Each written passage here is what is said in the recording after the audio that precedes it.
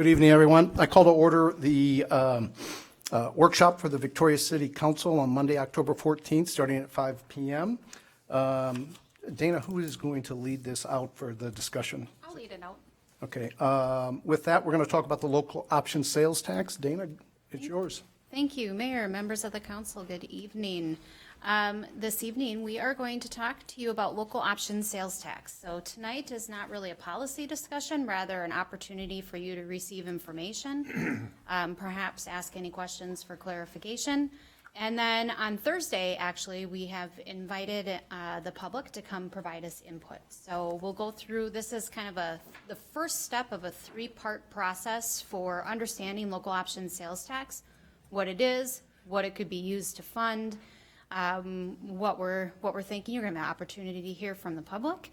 And then in December, we're going to bring back a policy discussion to you to see if this is the right policy decision for the community.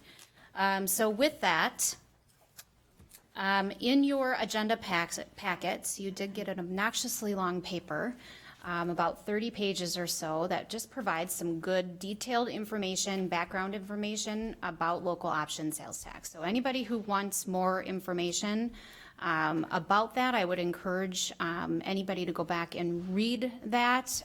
For those that are either in the audience with us here tonight or watching us on television, to go back and read that. And we do have links to all the sources that we've cited throughout that paper. So anybody who wants to do even a deeper dive would have the opportunity to do that. So why are we talking about this? And really, what we know is that cities have a very limited authority and limited ability to raise revenue, property tax being the main source of revenue for cities. Cities are really challenged to find ways to diversify the revenues. And so what we're trying to do is talk about how do you fund those large capital projects. And the reason that we're talking about this evening, the catalyst for bringing this to you, is that there's been an ongoing discussion about public parking in the downtown areas. A parking garage is a potential solution that has been talked about. And so this could be one potential funding strategy to fund a large capital purchase. And then as we go through this, as you learn how other cities in the state have used local option sales tax to fund certain capital improvements, and it does have to tie to a specific capital project, that may open the door to other policy discussion. For example, making trail connections or parks, things with regional significance. And we'll get into that this evening. But we're going to start with this deep dive, and like I said, it's a three-part process. Tonight is the first of that process where you're going to be learning. You're receiving this overview. We've got a hard cutoff at 5:45 today because we do have our a long council meeting agenda. So anything that we don't get through this evening, and I will move through this fairly quickly, but if there's anything that we don't get through here in the 45 minutes that we're presenting this evening, we can follow up on the 17th, or we can schedule some additional time per council's direction. But the second meeting this Thursday is listening to our public, our businesses and residents, perhaps even visitors, and then discuss. That's going to be in December. You'll have that dialogue about the policy and give staff direction. So first of all, we're going to start with just a really basic understanding, and I'm sure some of this will be painful for people, but I feel like we need to just start with a basic shared understanding of what we're talking about, and then we'll move forward together through this process. So before we get into that discussion, state statute allows for general sales tax on the sales and purchases of tangible personal property and certain services. The revenue is actually collected by the retailer and sent to the state, directly to the state. And when we get into some of the specifics, there's some important differentiations. That's why we want to start with the shared definition. So local option sales tax, in terms of how the tax applies, will be applied the same way to the same items that the general sales tax applies to.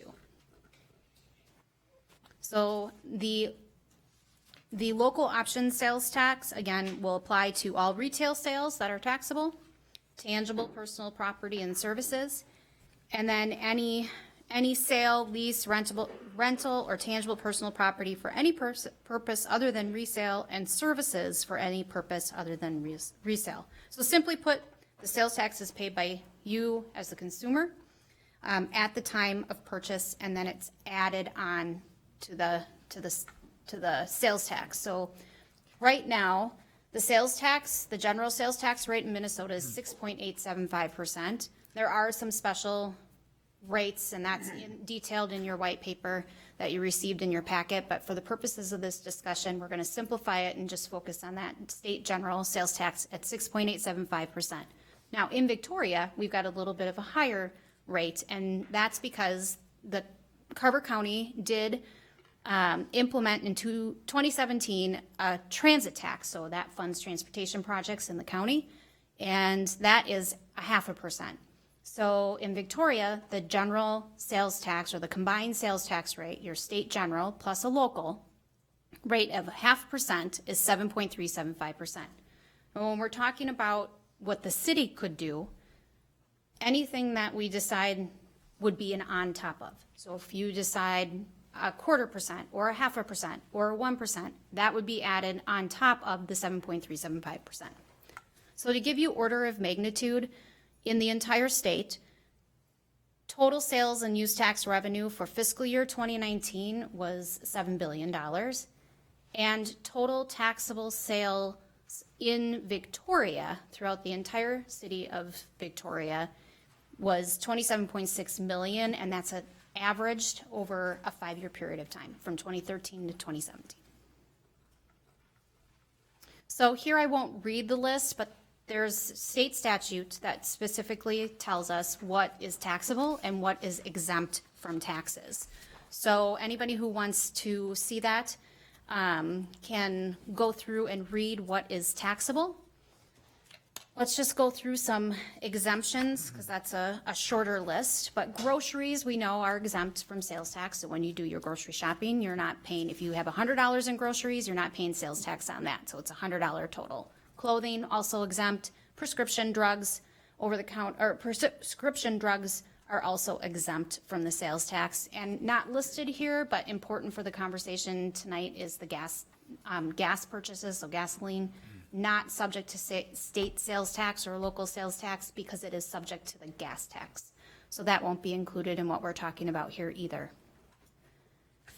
So what is a local sales tax? Local sales tax is specifically defined in statute 297A.99. It is not levied in all municipalities. So not all municipalities, not all cities have a local sales tax. Under the statute, cities may impose a sales tax given certain criteria is met, and part of that criteria, it includes special legislation. You have to receive authority from the legislature to pursue this and enact a tax, and the voters must approve it.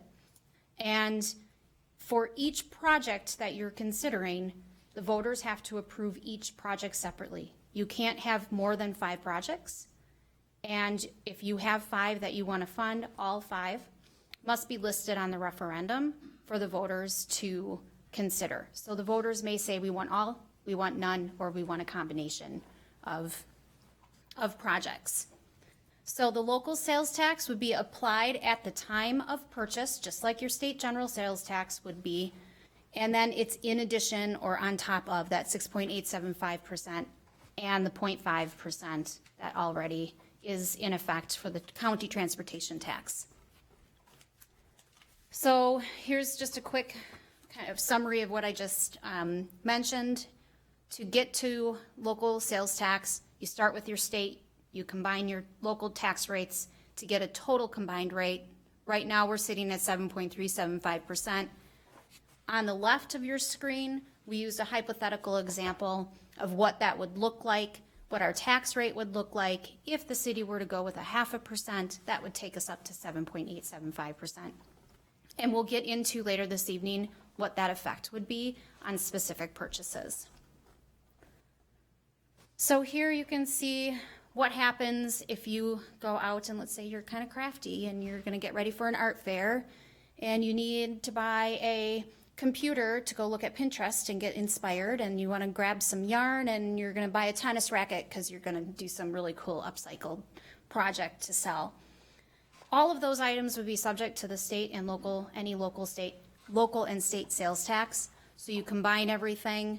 What would that look like given that 0.5% county tax, the state sales tax, and hypothetical 0.5% sales tax? On a $100 purchase, it would be $107.88. Hopefully that makes sense. It's pretty straightforward. Some really cool tools are out there. The state Department of Revenue office actually has a sales tax calculator, so this can be used for any city in the state. So here we've used the example. It's so easy to use and it's got great information. So you can type in your city and effective period so you can see how things have changed over time. Type in the dollar amount and it will calculate what the sales tax is expected to be, and it'll actually list, as you can see on the bottom of the screen here, the different rates that are in effect. So pretty cool tool that's out there for anybody who wants to see that.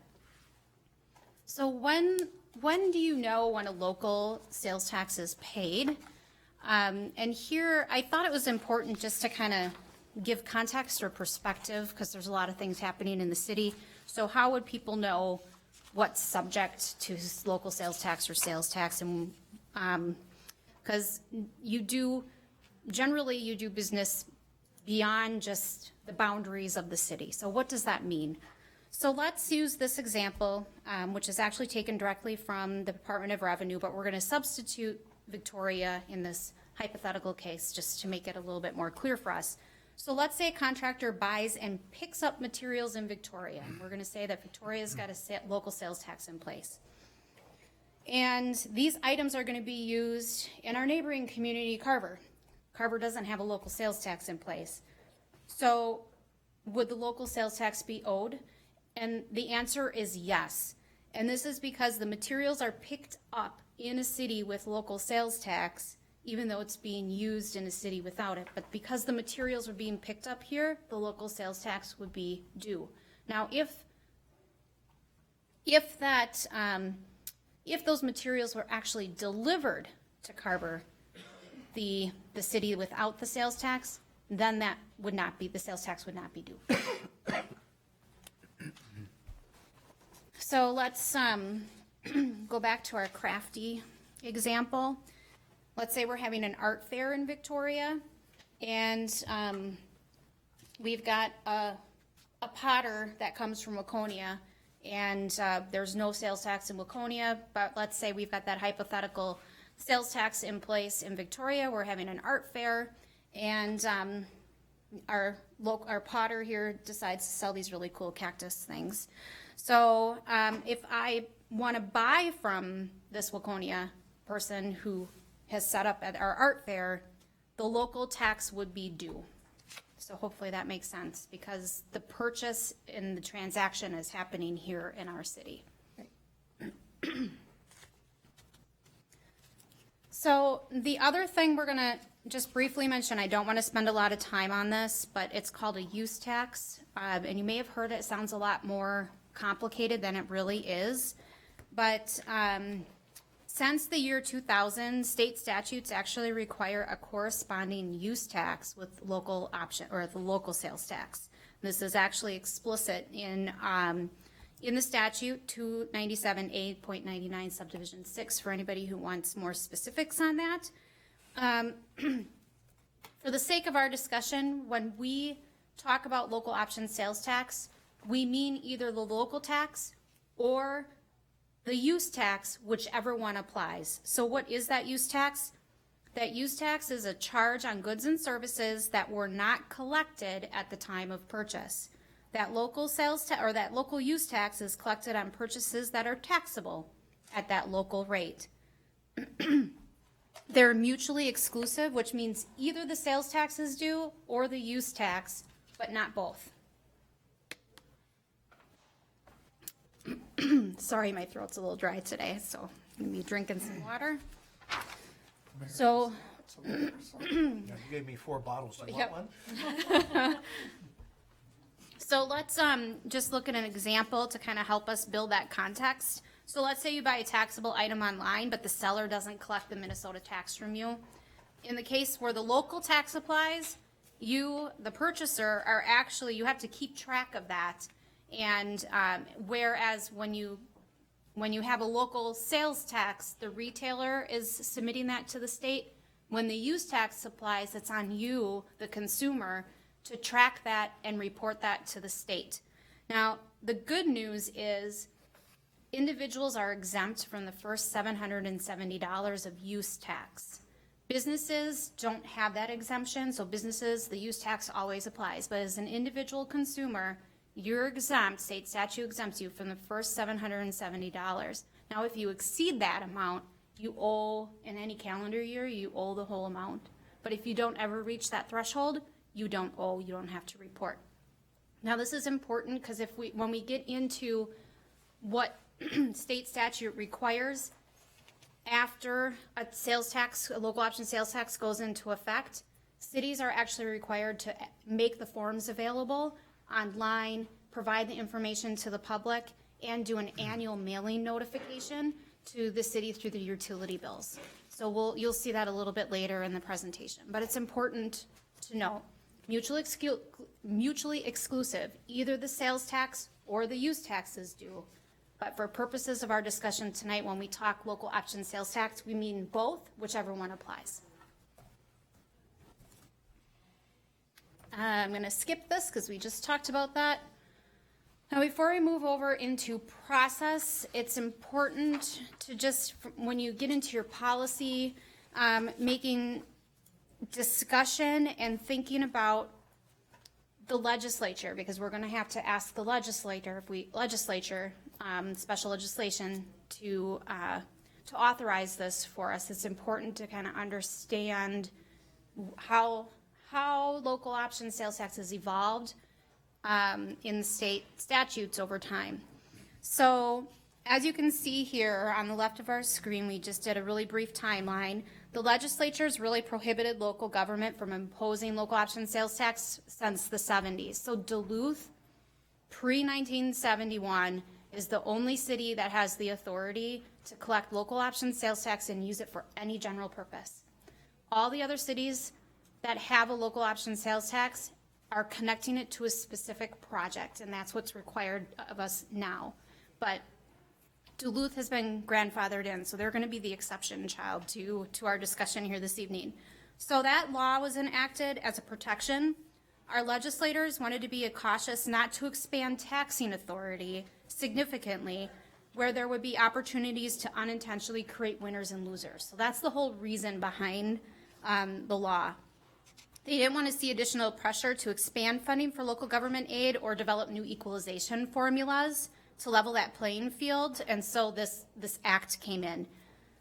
Fast forward to 1997, to help governments address the need to raise revenue, the legislature authorized local governments to implement local sales tax on a case-by-case basis.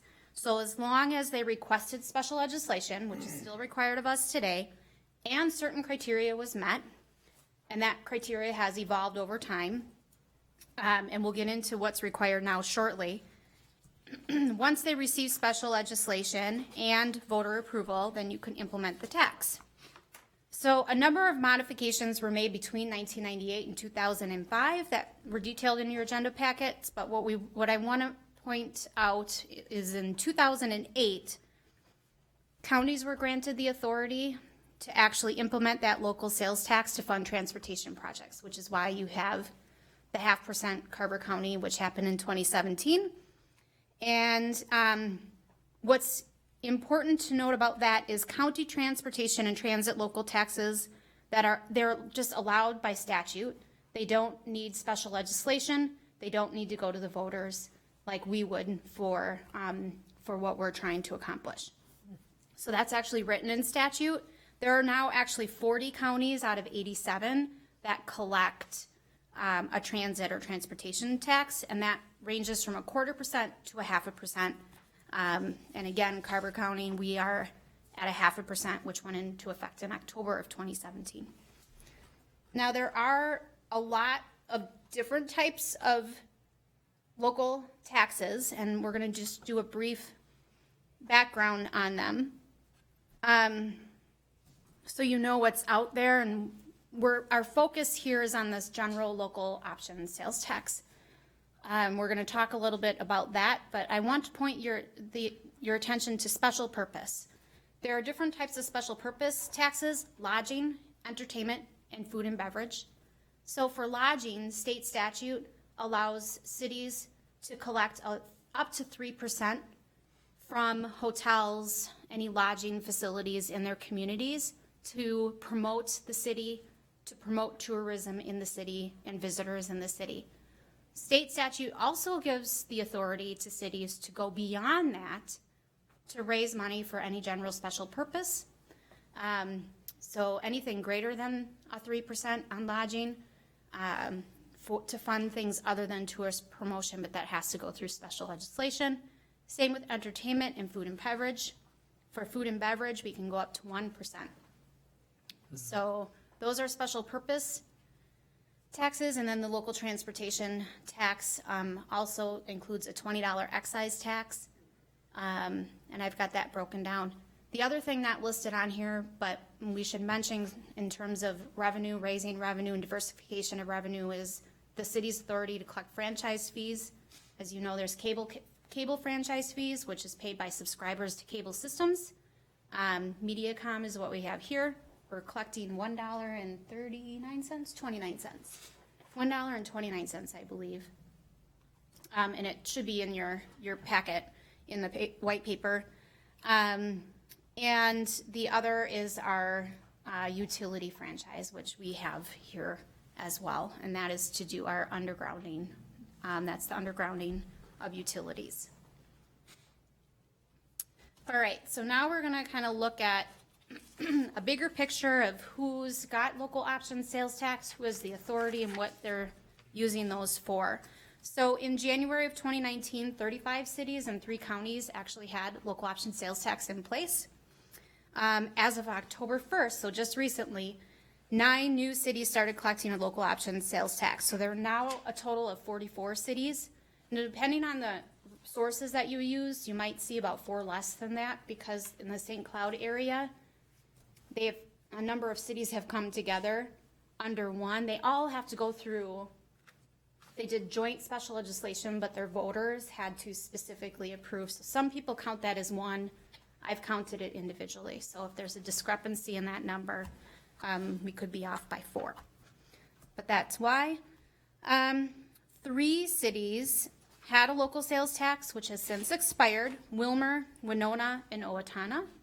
Those funded, for example, different facilities, dredging of lakes, and regional park and transportation improvements. And then 2 cities and 2 counties have the authority but have not yet imposed that tax. So the city of West St. Paul just received the authority, and they, in this last legislative session, they won't start collecting until January of 2020.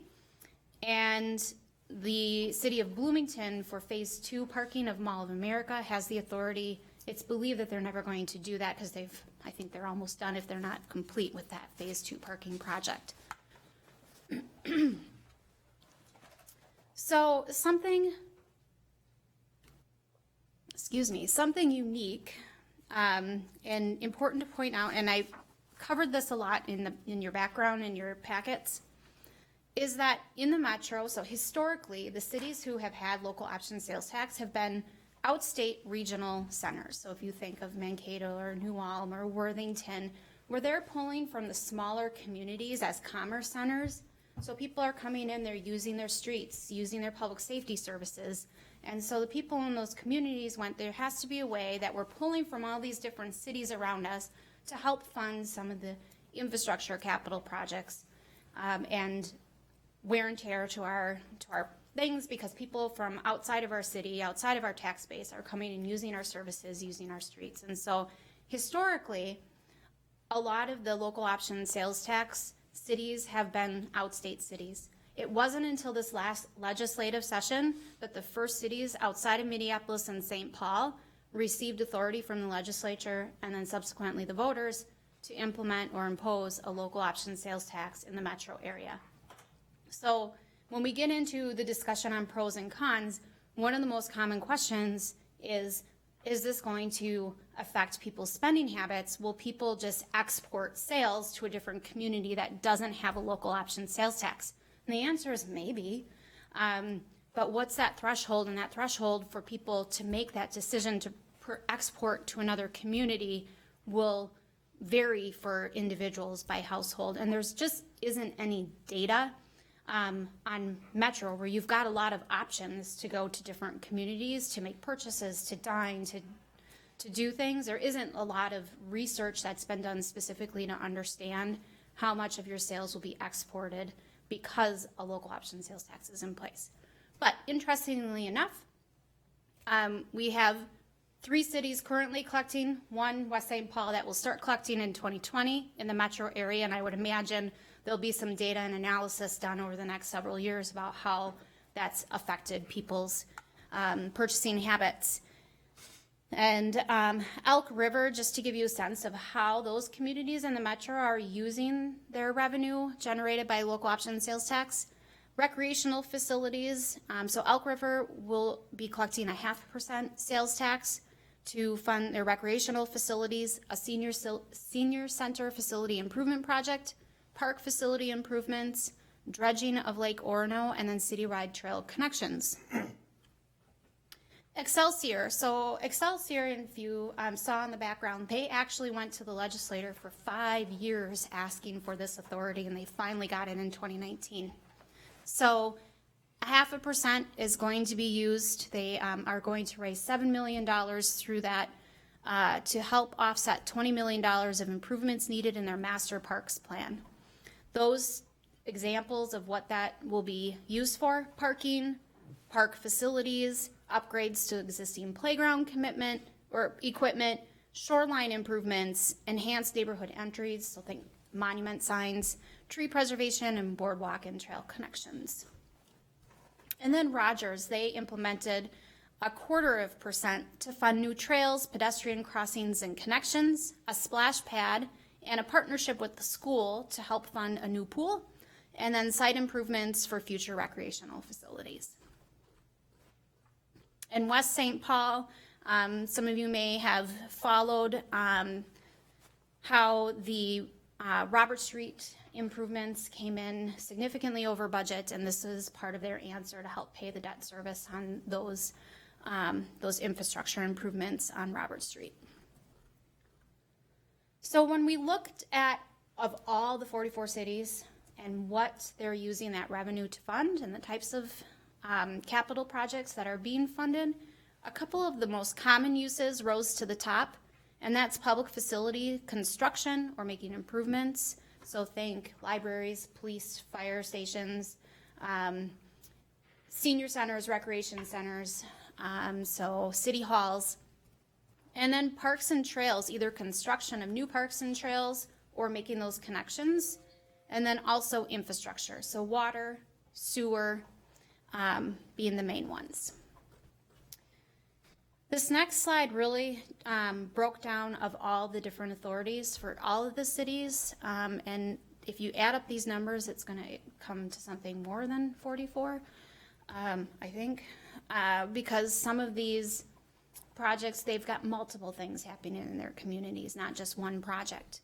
And so, as you can see, those city facilities, parks, and then infrastructure are the top 3, followed by trails, and then we can put street infrastructure up with maybe water and sewer. And then there are some outliers. So general economic development. So we're seeing this mostly in our cities of the first class to fund early childhood centers, neighborhood improvements, cultural centers. But they're falling under general economic development, and that's a hard ask when you go back and look at research and try to see who asked for what and what got funded or what received authority or approval from the legislature. A lot of these economic development requests historically have not been funded. So that's been kind of a tough ask. And then there's lake water quality, shoreline improvements, and then things like flood mitigation. So when we think about, we've got unfunded needs, we've got a capital plan that we look out 20 years. We've had some discussions on our strategic plan and what's important to us. And we've had ongoing discussions with our business community and with our residents about our parking challenges downtown. And so staff just kind of threw together a list of things for you to think about. These aren't necessarily recommendations, but these could be projects, capital items that you might want to consider using as a funding source if you wanted to move forward with seeking support for a local option sales tax. And all of these, I think, are consistent types of projects that other cities are doing. So now when we look at estimated revenue, so as I mentioned before, retailers have to report to the state on what they collect for sales tax. And staff reached out to the State Tax Research Division. And with that, they provided us information on the average total taxable sales in Minnesota or in Victoria, and that was $27.6 million. So we just did some real quick estimates on what we might expect for order of magnitude to collect at 0.5%, or at 0.25%, 0.5%, and 1%, based on that average. And then, again, for discussions in order of magnitude, what would we have to raise in our property levy? How much would our property levy have to go up if we decided we wanted to fund $70,000 in capital projects that we've not yet discussed, or some unfunded priority? So you can see at 0.25%, the estimated revenue generated annually would be about $70,000. Our equivalent levy increase would be 1.3%. At 0.5% local option sales tax, we estimate we would receive $138,000 annually. So to raise that much revenue in our property tax levy, our property tax levy would have to increase 2.6%, and at 1%, that would generate $276,000. The equivalent increase in the property tax levy would be a 3.3% increase. So as a consumer, if you look at this, the current rate, again, is 7.375%. So if we implemented 0.5%, and 93% of those communities that have a local option sales tax in place have that levied at 0.5%. And so if we were to do 0.5%, the impact or the additional amount of tax that you would pay on a $25 purchase is 13 cents. And if you did a 1% increase or 1% tax, it would be a quarter on a $25 purchase. On a $50 purchase, that 0.5% tax would cost 25 cents more on your sales receipt, 50 cents more at 1% tax, and on that $100 purchase, you'd be looking at 50 cents and $1 on a 0.5% and a 1% tax. So let's talk a little bit about what our process would be if we wanted to move forward, and you'll understand why we're talking about this here this fall based on this process. So first, the state statute has a very prescriptive process on what cities need to do. And first, we would have to pass a resolution, and it's very detailed about what needs to be in that resolution. You have to have the proposed tax rate. So are you going to collect 0.5%? Are you going to collect 1%? Are you going to collect 0.25%? So you have to be specific on that. You have to have a description of how that revenue is going to be used. So again, no more than 5 projects. And the resolution must break down the amount of revenue that is needed for each project. So that way the voters know exactly how much money needs to be raised for each project, and it's very transparent of what they're approving. And so if not all 5 projects, if you did 5 projects, if not all 5 got approved by the voters, then you would have to reduce the amount that you're asking for, if that makes sense. Then the resolution must include a description detailing the regional significance of each project. Now that is new in 2019. So historically, when you looked back at the types of projects that were being approved by the legislature, most of those projects had regional benefit, and you were always encouraged to have a regional benefit. Well, that's now required. The 2019 legislative change now requires the project to have a regional significance, although there's no criteria or definition in the statute that defines what that means. So there's still some gray area and some risk when you're developing, drafting bill language on what that, what would meet that test. And then finally, you have to tell in the resolution how long you expect the tax to be in effect. And more explicitly, you have to, the state statute requires an expiration, so it has to expire once you've raised the revenue to fund that project. And then you have to identify the total amount of revenue that is anticipated to be raised before that project or before the tax expires. The next step is to obtain special legislation to authorize the tax. And if you receive that, that legislative approval, then you have to go to the voters to get approval at a general election, and you have 2 years after receiving the authorization from the legislature. That's also new. It used to be 90 days. So you now have 2 years to do that, and this is also reversed. So if anybody has been following this in other communities and in past years, 2019 swapped the process. So you used to have to go out to the voters first, and if the voters said yes, then you had to seek legislative approval, and if you received the approval, you could put the sales tax into effect. Now you have to receive the legislative approval first, then go to the voters. So that is a change new in 2019. So a couple other prescriptive items in the statute.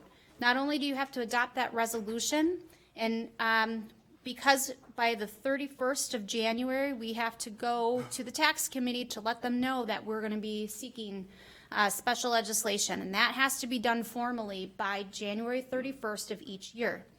So if you back up, if we decide that we wanted to pursue something in this general election, we would have to adopt a resolution saying we intend to seek this, and we would have to have that resolution adopted no later than our January 27th meeting, so we can get the information and inform the tax committee that we are going to be seeking special legislation. Then we're going to have to begin our lobbying efforts. Time and resources go into that. In the staff paper and in the staff report that you received, there's a cost to that. We estimate that cost ranging between $5,000 and $10,000 for lobbying. So somebody to help us author that bill, write that bill, carry that bill, and be at all the different sessions. And of course, staff would have a big role in that. But we would recommend having a lobbyist probably help us with that work. And the other piece would be seeking that voter approval in the 2020 election. We're going to want to hit the ground running on that. So we would have to meet with our legislative delegation and find somebody to carry those bills for us in committee. So if the voters then in November 2020, if they were to say yay, and we receive that special legislation, we would have to pass an ordinance then that actually allows us to impose the tax, and then we have to file local approval with the Secretary of State before the next legislative session, and then we'd have to inform the Commissioner of Revenue at the Department of Revenue at least 90 days before the start of our first collection. So there is a very prescriptive process with very specific timelines. So again, this is just the estimated cost for implementation. And as I mentioned earlier, the post-authorization steps, we have to provide an annual notification in our utility bill. we have to post information that we have local option sales tax and make those forms for the use tax available on our website. Couple other important pieces in the 3 minutes that we have left together here this evening is that cities are not allowed by statute to expend funds to actually promote that we're considering this. So that happened in 2008. In 2011, the legislature let up on that a little bit and said, okay, well, transparency is a good thing. So yeah, cities can hold a referendum to say that we're looking to impose this tax. And in 2013, which is what we're living under today, cities can expend funds to provide the public with certain facts about local sales tax. So we can't go all gangbusters and start spending money to advertise that we want to do this. So we're using the means that we have available to us and following what's required of us in statute. So I'm going to skip this slide, quickly go through some of the pros and cons. So things to think about. With local option sales tax, you're expanding beyond just your taxpayers. So you're capturing your visitors. So people who are coming to be entertained, to shop, to dine, that use our services from those service providers. And so everyone pays. Some will say that it improves accountability because you as decision makers are subjecting yourselves to the same thing you're subjecting everybody else to in that decision making. It provides more fiscal flexibility. So again, diversification of revenues. You're not just relying on a property tax base for revenue. And some say that it actually may improve economic vitality, and there is some research in there that that speaks to that in your backgrounds.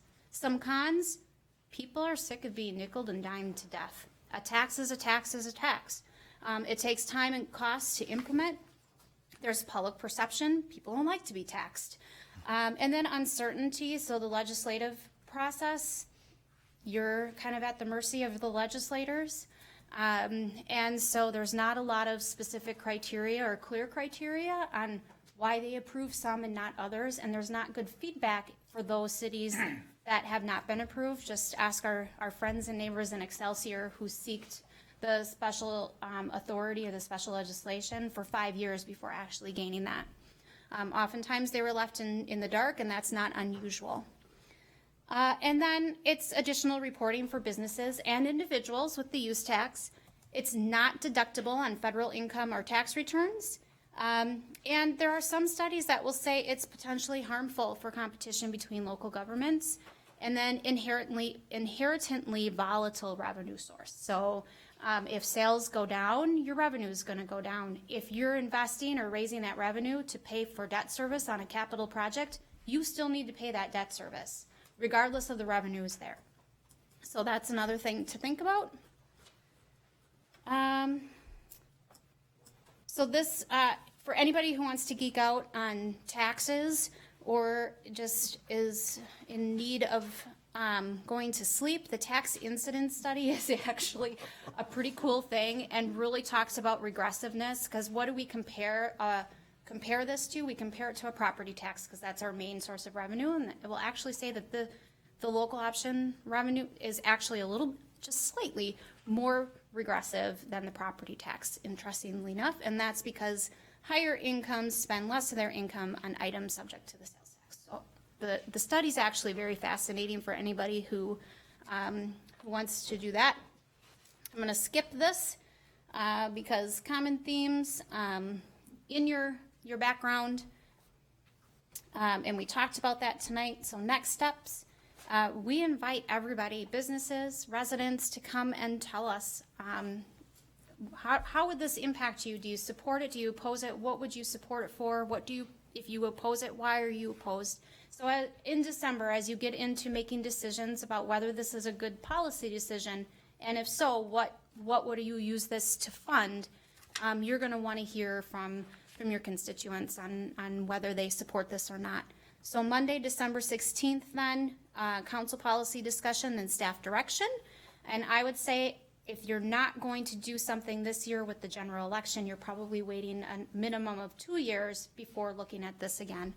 And then as a reminder, if you were to move forward, we'd have to get on to a resolution pretty quickly. And with the legislative session kicking off on February 10th, we're going to want to get to our legislative delegation very quickly. So your last day to pass a resolution is the 27th, and I'm 1 minute over. Okay. Thank you, Dana. Good job. The Thursday's meeting is a special meeting of the council where the council members will be here, and it will be interactive with the public, the business owners, anybody that wants to attend. The whole point is to just have an open, ongoing discussion about this.